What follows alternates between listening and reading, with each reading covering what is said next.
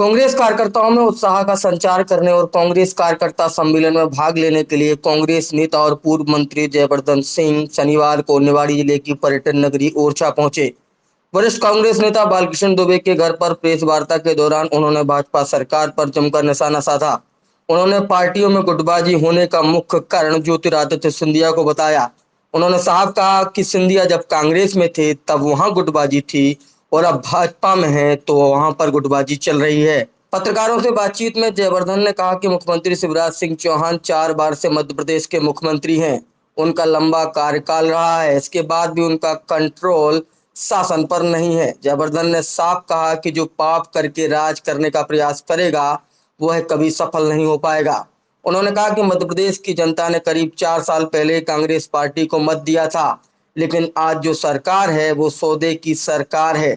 उन्होंने कहा कि जो पोषण आहार गरीब बच्चों के लिए था, गर्भवती महिलाओं के लिए था, उसे अवैध रूप से बेच दिया गया है और हजारों करोड़ रुपए का घोटाला कर दिया गया है। सरकार प्रदेश के गरीब का पेट नहीं भर पा रही, लेकिन जो चीते आए हैं उनके लिए 200 हिरण भेजे ताकि उनका पेट भरा जा सके। लंपी वायरस पर बात करते हुए उन्होंने कहा कि गौ माताओं की मौत हो रही है और उस पर मामा कुछ नहीं बोल रहे, लेकिन चीताओं की चिंता उनको रोज हो रही है। बड़ी विडंबना है क्योंकि जो ब्यूरोक्रेसी होती है, प्रशासन होता है, वो कहीं ना कहीं मुख्यमंत्री और उनके मंत्री का प्रतीक होता है। और हम पहली बार देख रहे हैं मध्य प्रदेश के इतिहास में कि शिवराज सिंह चौहान जी के ही कैबिनेट मंत्री जो पंचायत ग्रामीण विकास के हैं, उन्होंने बयान दिया कुछ हफ्ते पहले, निरंकुश मुख्य सचिव, निरंकुश प्रशासन। और जैसा आप कह रहे हैं कि अब सीएम साहब भी चेतावनी दे रहे हैं अधिकारियों को। अभी कुछ दिन पहले ही झाबुआ के जो एसपी हैं, कलेक्टर हैं, उनका तत्काल तबादला किया गया।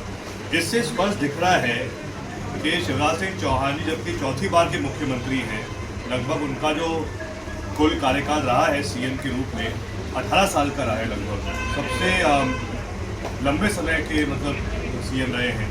लेकिन उसके बावजूद भी जो एक कंट्रोल होना चाहिए ब्यूरोक्रेसी के ऊपर, वो उनका नहीं हो पा रहा है।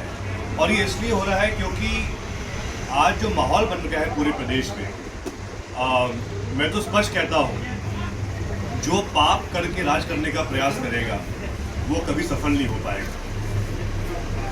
जो जनता मध्य प्रदेश की है, उन्होंने लगभग 3.5-4 साल पहले कांग्रेस पार्टी को मत दिया था, कमलनाथ जी मुख्यमंत्री बने थे।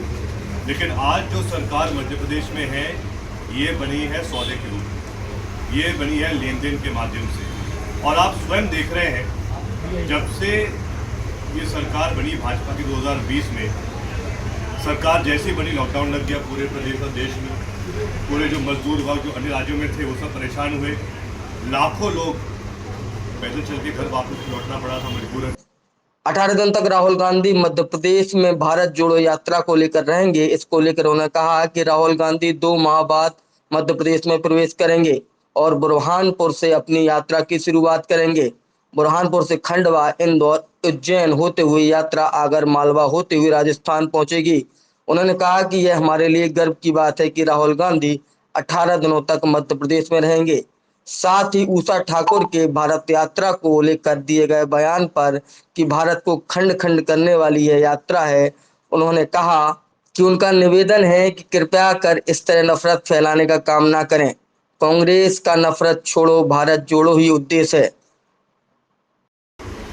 17 तारीख को जो हमारे माननीय प्रधानमंत्री जी हैं, उनका जन्मदिन था और उसके कुछ दिन पहले चर्चा पूरे प्रदेश में थी कि जो पोषण आहार गरीब बच्चों के लिए था, कुपोषित बच्चों के लिए था, गर्भवती महिलाओं के लिए था, उसी पोषण आहार को अवैध रूप से बेचकर सीएजी के रिपोर्ट में उल्लेख किया गया है कि ये जो पूरा घोटाला है हजारों करोड़ का है। एक तरफ भाजपा की सरकार जो प्रदेश के गरीब बच्चे हैं, कुपोषित बच्चे हैं, उनका पेट नहीं भर पा रही, लेकिन जो 8 चीता आए श्योपुर में, उनके लिए 200 हिरण भेजे गए ताकि उनका पेट भरा रहे। ये स्थिति आज मध्य प्रदेश में हो चुकी है। एक तरफ सड़कों पर गौ माता परेशान है, एक नया लंपी वायरस सामने आया है, उसके बारे में मामू या भाजपा कुछ नहीं कहेगी, लेकिन इनको चिंता चीताओं की हो रही है।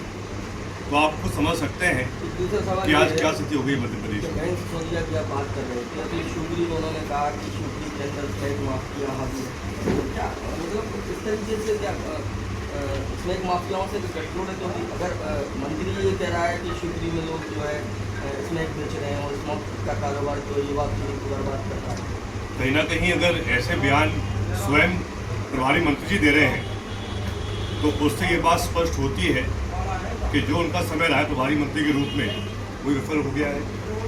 अगर जैसा मैंने पहले भी कहा, अगर जो भाजपा के ये जो खरीदे हुए मंत्री हैं, अगर ये लोग काम नहीं कर पा रहे हैं, जो इनके ही प्रभार का जिला है, अगर वहाँ के जो एसपी साहब या कलेक्टर वो संतुष्ट नहीं है तो ये तो उनकी गलती है, उनका ही फेलियर है। और मैं तो ये भी सुना है कि जो कुछ तबादले हुए थे शिवपुरी जिले में थानों के, उससे बहुत नाराज मंत्री जी थे। अब उससे नाराज क्यों थे आप सब समझ सकते हो। भारत जोड़ो यात्रा में आप नहीं दिखाई दे रहे। देखिए, भारत जोड़ो यात्रा एक ऐतिहासिक पहल है, एक ऐतिहासिक पद यात्रा है, जिसमें हम सब के नेता राहुल गांधी जी लगभग पूरे देश भर में 3,500 किलोमीटर पैदल चलेंगे। उन्होंने यात्रा प्रारंभ की कन्याकुमारी से, अभी उनकी यात्रा केरल से गुजर रही है और लगभग 2 महीने बाद राहुल गांधी जी स्वयं हमारे प्रदेश में प्रवेश करेंगे। मध्य प्रदेश में उनकी यात्रा बुरहानपुर जिले से खंडवा जिले, वहाँ से इंदौर उज्जैन होते हुए आगर मालवा से राजस्थान पहुँचेगी। स्वयं दिग्विजय सिंह ज्योतिरादित्य सिंधिया पर निशाना साधते हुए जयवर्धन ने कहा कि जब वे कांग्रेस में थे तब यहां गुटबाजी की चर्चाएं हुआ करती थीं, लेकिन जब से महाराज का प्रवेश भाजपा में हुआ है तब से आप देख सकते हैं कि भाजपा की क्या स्थिति हो गई है। गृह मंत्री नरोत्तम मिश्रा असंतुष्ट हैं, प्रदेश अध्यक्ष बीडी शर्मा अलग चल रहे हैं, मामू अलग चल रहे हैं, महाराज भी अलग चल रहे हैं, वहीं कैलाश विजयवर्गीय का एक अलग गुट और अलग रोल है। चर्चा है कि भाजपा में भी 3 गुट हो गए हैं, एक शिवराज भाजपा, दूसरी महाराज भाजपा और तीसरी नाराज भाजपा। ओरछा कार्यक्रम के दौरान उनके साथ कांग्रेस के वरिष्ठ नेता नितिन सिंह राठौर मौजूद रहे। कि कांग्रेस में पहले जब सिंधिया जी थे तो चर्चा होती थी, ये गुट वो गुट, तीसरा गुट चौथा गुट, लेकिन जब से महाराज का प्रवेश भाजपा में हुआ है तो आप स्वयं देख रहे हैं क्या स्थिति हो चुकी है। जो हमारे गृह मंत्री हैं वो भी असंतुष्ट है आज के समय, नरोत्तम मिश्रा जी, क्योंकि हम बुंदेलखंड में है तो जो भाजपा प्रदेश अध्यक्ष बीडी शर्मा जी, उनकी अलग किस्से हैं, वही मामू अलग चल रहे हैं, महाराज अलग चल रहे हैं, कैलाश जी का अलग ही एक रोल है। और जो चर्चा पूरे मध्य प्रदेश में है, देश में है कि अब भाजपा के भी 3 गुट हो गए हैं, एक है शिवराज भाजपा, दूसरी महाराज भाजपा और तीसरी नाराज भाजपा। और ये इसलिए हो रहा है क्योंकि चर्चा हो रही है सब जगह कि परिवर्तन होने वाला है सीएम के पद में, परिवर्तन होने वाला है प्रदेश अध्यक्ष के पद में। अभी जानकारी कितनी सही है मुझे नहीं पता, लेकिन जैसा मैंने कहा, वर्तमान में आप कांग्रेस को देखें, पूरी कांग्रेस इस बात पर एक है कि हमारे नेता कमलनाथ जी, हमारा जो चेहरा रहेगा 2023 का वो कमलनाथ जी का चेहरा है। पूरी कांग्रेस उनके पीछे खड़ी है, चाहे दिग्विजय सिंह जी हो, चाहे अरुण यादव जी हो, चाहे पचौरी जी हो, चाहे भूरिया जी हो, चाहे राहुल अजय सिंह जी हो या अन्य लोग हो, सब लोग यही मान के चल रहे हैं कि हमारे नेता देश के कमलनाथ जी। बुंदेली तर्कस के लिए ओरछा से सोहित दुबे की रिपोर्ट।